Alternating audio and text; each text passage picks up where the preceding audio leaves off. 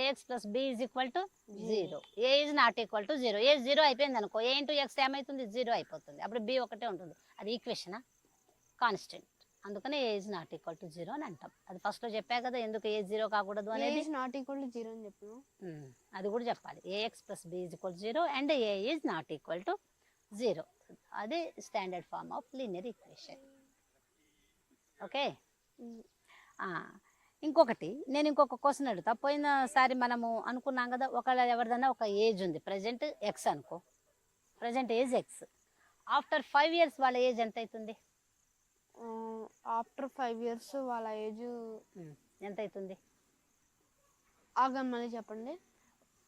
Present age నీది ఎంత ఉంది, ఎక్స్ అనుకో. 5 years తర్వాత నీ ఏజ్ ఏమవుతుంది? ప్రజెంట్ తర్వాత ఎన్ని ఇయర్స్ తర్వాత? ఆఫ్టర్ 5 years ఎంత ఉంటుంది ఏజ్? 5x + 5. Very good. అదే 5 years ఎగో అంటే ఏం చేయాలి? 5 + x. అంతేనా? మరి x + 5కి 5 + xకి డిఫరెన్స్ ఏంటి? 5 years ఎగో అంటే ఏం చేయాలి? ఇప్పుడు నీ వయసు ఎంత? నా వయసు 13. 5 years ఎగో ఎంత నీ వయసు? ఎన్ని తర్వాత 5 years ఎగోనా? 18. 18ఆ? 5 years after? అంత ముందు 18 years ఉంది, ఇప్పుడు 13కి వచ్చావు. అవునా? అలా ఉంటుందా ఎవరికన్నా? మరి చెప్పు. అంటే ఒక 5 years బ్యాక్ నాకు 13 - 5 years. అదే 13 - 5 అన్నావా లేదా? ఇప్పుడు ఎక్స్ ఉంది, 5 years ఎగో ఏమైనా మరి ఏం ఆలోచిస్తున్నావు? నిద్రపోతున్నావా? 5 years ఎగో 5 years ఆఫ్టర్ డిఫరెన్స్ తెలవాలా లేదా? అవునా కాదా? అది తెలవటం కోసమే అడిగా. ఇప్పుడు మనం ఏం చేద్దామంటే, కొన్ని ఈక్వేషన్స్ ఉంటాయి, అది ఫ్రాక్షన్ లాగా ఉంటాయి. ఫ్రాక్షన్ ఫామ్లో ఉన్నప్పుడు ఈక్వేషన్స్ ఎట్లా చేయాలి, ఎల్సిఎం తీసుకొని. లాస్ట్ టైం వచ్చినప్పుడు ఎల్సిఎంలు 100లు అవన్నీ చేసాం, కానీ వాటి మీద కొద్ది ప్రాక్టీస్ కోసం కొన్ని ఇచ్చాడు. ఒక 2 problems మనం ఆ ప్రాక్టీస్ చేసి ఆ తర్వాత వర్డ్ ప్రాబ్లమ్స్కి వెళ్ళిపోదాం. ఓకేనా? 8p - 5 = -2/4. ఇది ఒక ప్రాబ్లం ఇచ్చాడు, 9th one. ఏదైనా ఇలా ఉండి ఈజ్ ఈక్వల్ టు ఉందనుకో, దీని మధ్య ఏమి ప్లస్ అని ఇంకొకటి అవి ఏమి లేవు కదా. ఇట్లా ఉన్నప్పుడు మనం ఏం చేస్తామంటే క్రాస్ మల్టిప్లికేషన్ చేస్తాం. ఇలా ఉన్నప్పుడు ఏం చేస్తాం మనం? క్రాస్ మల్టిప్లికేషన్ చేస్తాం. క్రాస్ మల్టిప్లికేషన్ అంటే ఏంటి? 4నేమో 8p - 5తో చేయాలి. అక్కడేముంది -2ని దేంతో మల్టిప్లై చేయాలి? 7p + 1. 32p - 5. Okay is equal to 20. 2 × 7 14p + 1. 2 × 1 నీ ఇష్టం, లేదంటే అదే రాస్తాగా నేను. 2 × 1 2. A2 ప్లస్సా మైనసా? మైనస్. Very good. ఇప్పుడు ఇది కరెక్ట్. ఇప్పుడు ఏం చేయాలి మనం? దాని అటు సైడ్ పంపేయాలి. దీన్ని 32p + 14p = -20 - 2. 20 - 2 ఎంత? 18ఆ? ఈ రెండు యాడ్ చేసి ఎంత వస్తుంది? 32 తర్వాత 14 - 1 14 14 2 అవునా? 46p. అంతే కదా. ఈజ్ ఈక్వల్ టు ఎంత వచ్చింది? 18. ఇప్పుడు చెప్పు. p is equal to 18/46. 2 2 = 4, 2 3 = 2, 9 Jana, which is equal to ఏమొచ్చింది? 9/23. అయిపోయింది. చిన్న సింప్లిఫికేషన్. ఇక మనం వర్డ్ ప్రాబ్లమ్స్ చేద్దామా? ఓకేనా? అనుకుంటాం ఫస్ట్. ఇక let the number be x. let the number is equal to x. అయితే అది ఎలా ఉందంటే విచ్ ద థర్డ్ పార్ట్ అని అడిగింది. థర్డ్ కదా.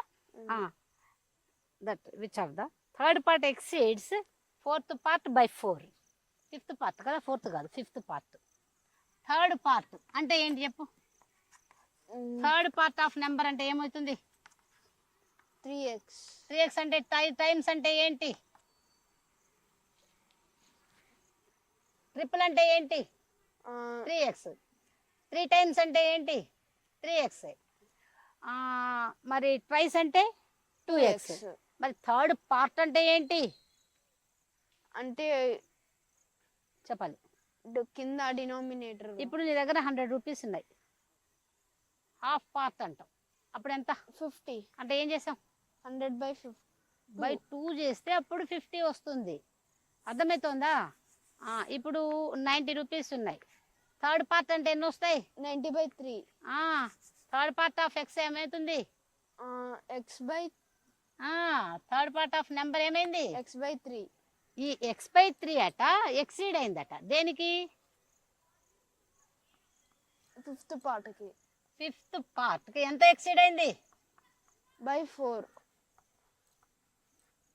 అంటే ఏం రాయాలి? ఫిఫ్త్ పార్ట్ అంటే ఏంటి? x/5 4 + 4. అర్థమైందా? ఫిఫ్త్ పార్ట్కి 4 ఎక్కువగా ఉంది. ఎక్సీడ్స్ అంటే ఏంటి? ఎక్కువగా ఉంది. ఏది ఎక్కువగా ఉంది? x/3. థర్డ్ పార్ట్ అనేది ఫిఫ్త్ పార్ట్ కంటే 4 ఎక్కువగా ఉంది. ఇది ఇంతవరకు వచ్చిందా? ఇప్పుడు మనం ఈ ప్రాబ్లం చేయాలి. దేన్ని తీసుకొద్దాం? దీనేద్దాన్నా 4 అక్కడే ఉంచి x/5 ని ఇటు తీసుకొని వద్దామా? అప్పుడు ఏమైతుంది? ఇది x/3 minus x/5 is equal to 4.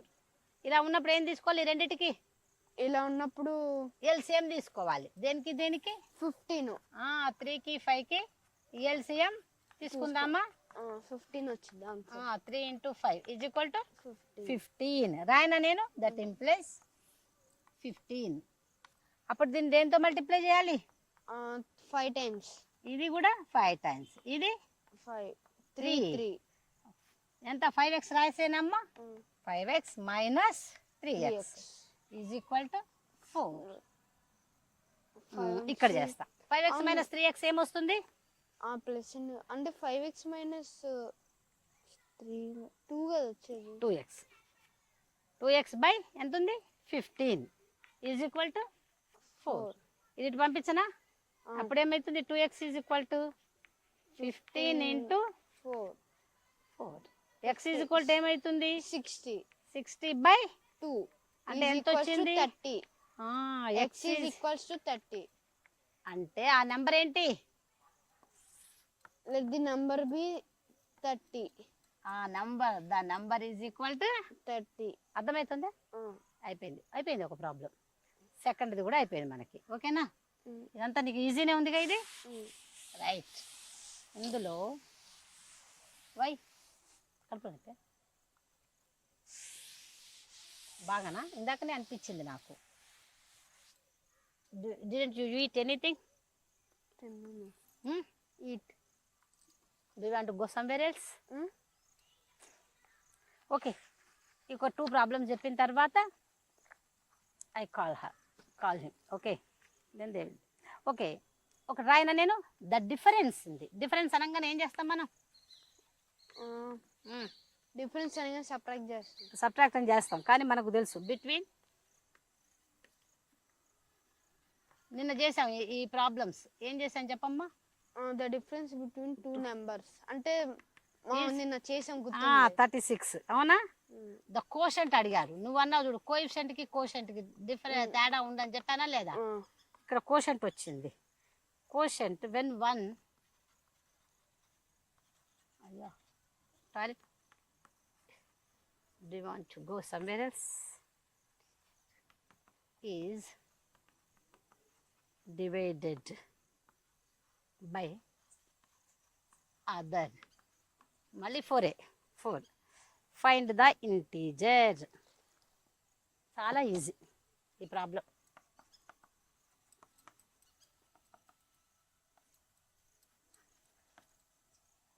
Two numbers ఉన్నాయి, వాటి డిఫరెన్స్ 36. అంటే ఆ రెండు నెంబర్లు ఏమనుకోవచ్చు?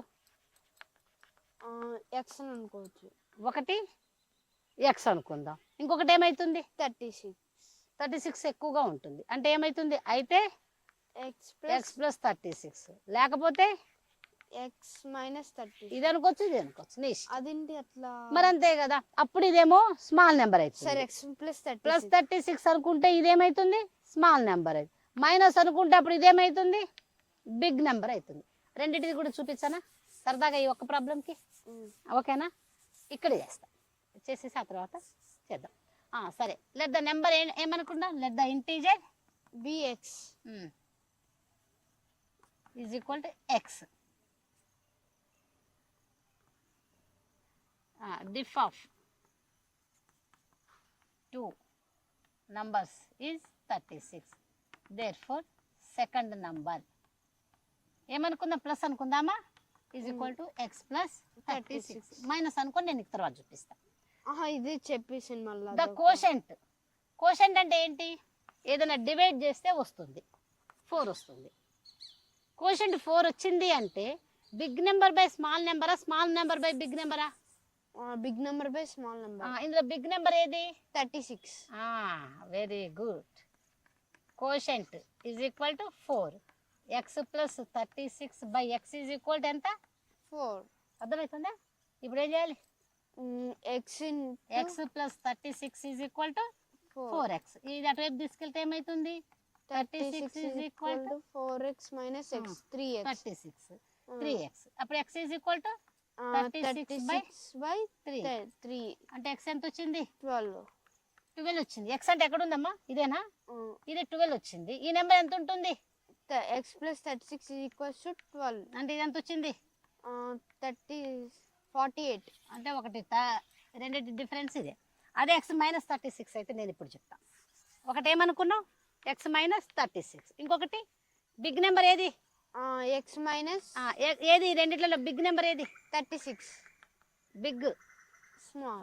మైనస్ చేస్తేనే చిన్న నెంబర్ వస్తుంది. అంటే X by X minus 36 is equal to 4. అర్థమవుతుందా? ఇప్పుడు ఇది ఇటువైపు పోయింది అనుకో, X is equal to 4 into X 4x minus 36 into 4 ఎంతో ఒకంత. ఇప్పుడు ఎక్స్ని ఇటు తీసుకొని వద్దామా? ఎక్స్ మైనస్ 4x ఏమవుతుంది? x 3x minus 3x is equal to 36 minus 36 into 4. ఇది పోయింది. ఎక్స్ ఈజ్ ఈక్వల్ టు అప్పుడు ఏమవుతుంది? 36 ఇంటూ 4 బై 3 ఎంత వచ్చింది? 12 వచ్చిందా లేదా? ఏమొచ్చింది? 48 వచ్చిందా లేదా? రెండో నెంబర్ వస్తుంది. అప్పుడు ఎక్స్ ఎంత వస్తుంది? 48 మైనస్ 36. ఇది తీసుకొస్తే 12 వస్తుంది. 48 మైనస్ 36 వచ్చిందా లేదా? అందుకని ఇందాక అడిగావు కాబట్టి చెప్పా. ఎందుకు అట్లా అని అన్నావు కదా, ఎట్లన్నా అనుకోవచ్చు అని చెప్తా కదా. నిన్నటి నుంచి ఒక ప్రాబ్లం చెప్దాం అనుకుంటున్నా, అదేదో ఇక్కడే అయిపోయిద్దాంలే అని. ఓకేనా? ఇంకొక ప్రాబ్లం చెప్తా. ఓకే, 3 అయిపోయినాయి. ఇంకొకటి అయిపోయిన తర్వాత కొన్ని doubts. Do you want to go as well as possible? Do you want to go? ఈ ఒక సమ్మినేసేసి అంతే. రైట్. 4th వన్ చాలా స్పీడ్గా చెప్తున్నానా? అర్థం కాకుండా? ఏంటి? అర్థం కాకుండా స్పీడ్గా చెప్పానా? Okay. The number of fraction 4 less than the denominator. Okay, ఒక ఫ్రాక్షన్ ఉంది. ఓకే, అది ఎలా ఉందంటే,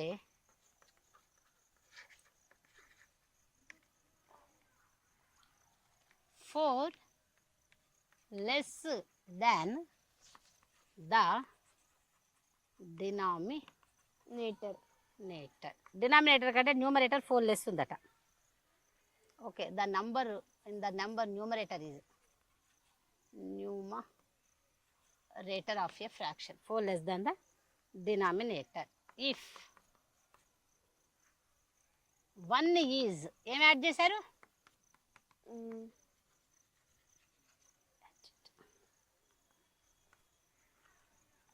2 both its numerator and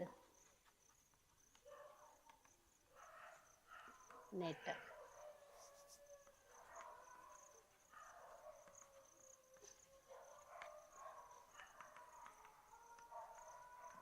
This is last, no worries.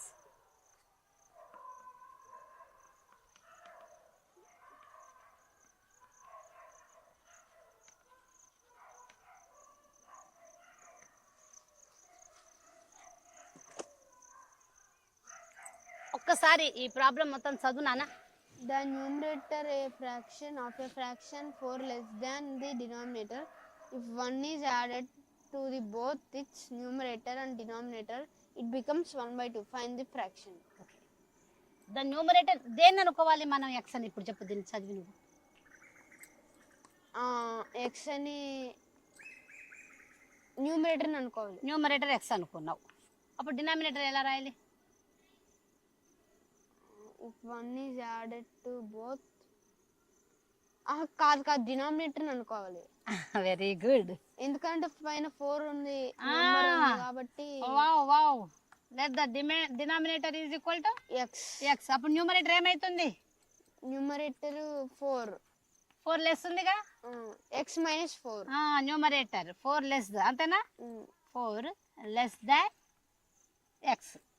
అంటే ఇప్పుడు అర్థమైంది, డినామినేటర్ 1 అంటే ఎక్స్ ఎక్స్. ఇప్పుడు ఆ ఫ్రాక్షన్ ఏమైంది? ఫ్రాక్షన్ ఎక్స్ చెప్పు. X plus X minus 4/x లాగా ఉంది. కానీ నెక్స్ట్ ఏంటి? 1 is added both numerator and, అంటే యాడ్ చేస్తే 5 వచ్చింది. X X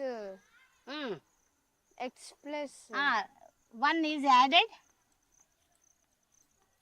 numerator and denominator both numerator and denominator and denominator. 1 add చేద్దామా పైన కింద? x minus 4 plus 1 by X plus 1. అప్పుడేమైంది? ఇది x మైనస్ 3 అయిందా బై ఎక్స్ ప్లస్ 1. ఇక్కడ రాయనా నేను? x minus 3 by X plus 1. అప్పుడు ఎంత వచ్చిందట ఆన్సర్? 1/2 లో వచ్చిందంట. ఇలా చేసినప్పుడు ఏమైంది? ఇది 1/2 అన్నాడా లేదా? ఇప్పుడు ఏం చేయాలి? Cross multiplication. 2 into X minus 3 is equal to 1/2. 1 into X plus 1. ఇప్పుడు ఏమొస్తుంది? 2x 6 కదా, X plus 1.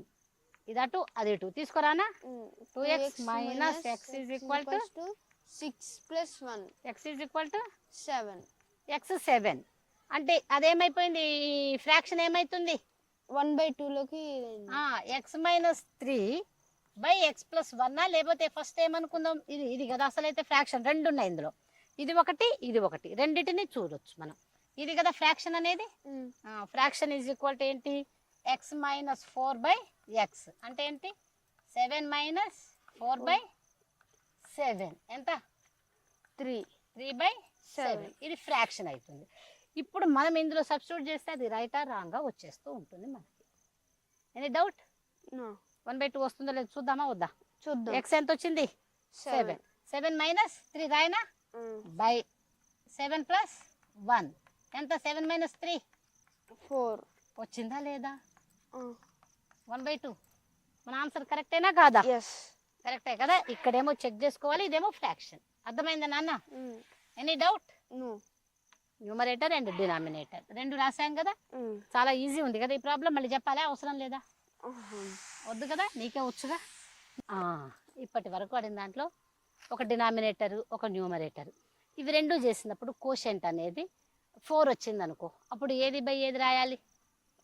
Big number small number ఉంటాయి. కోషెంట్ 4 వచ్చింది అనుకో, ఒకటి బిగ్ నెంబర్ ఒక స్మాల్ నెంబర్. కోషెంట్ 4 వచ్చింది, బిగ్ నెంబర్ ఎక్కడ రాయాలి? న్యూమరేటరా డినామినేటరా? న్యూమరేటర్.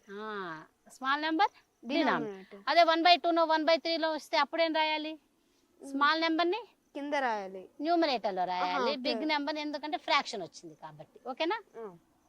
ఇప్పటి వరకు మనం చాలా ప్రాబ్లమ్స్ చేసాం, అవునా? ఏజ్ ప్రాబ్లమ్స్ చేసాము, న్యూమరేటర్లు డినామినేటర్లు, ఇంకా ఏమేమి చేసాం? నెంబరు 2 డిజిట్ నెంబర్ అన్నీ చేసేసాం. నెక్స్ట్ సెషన్లో ఇంకొన్ని ప్రాబ్లమ్స్ మనం డిస్కస్ చేద్దాం. ఓకేనా? ఓకే.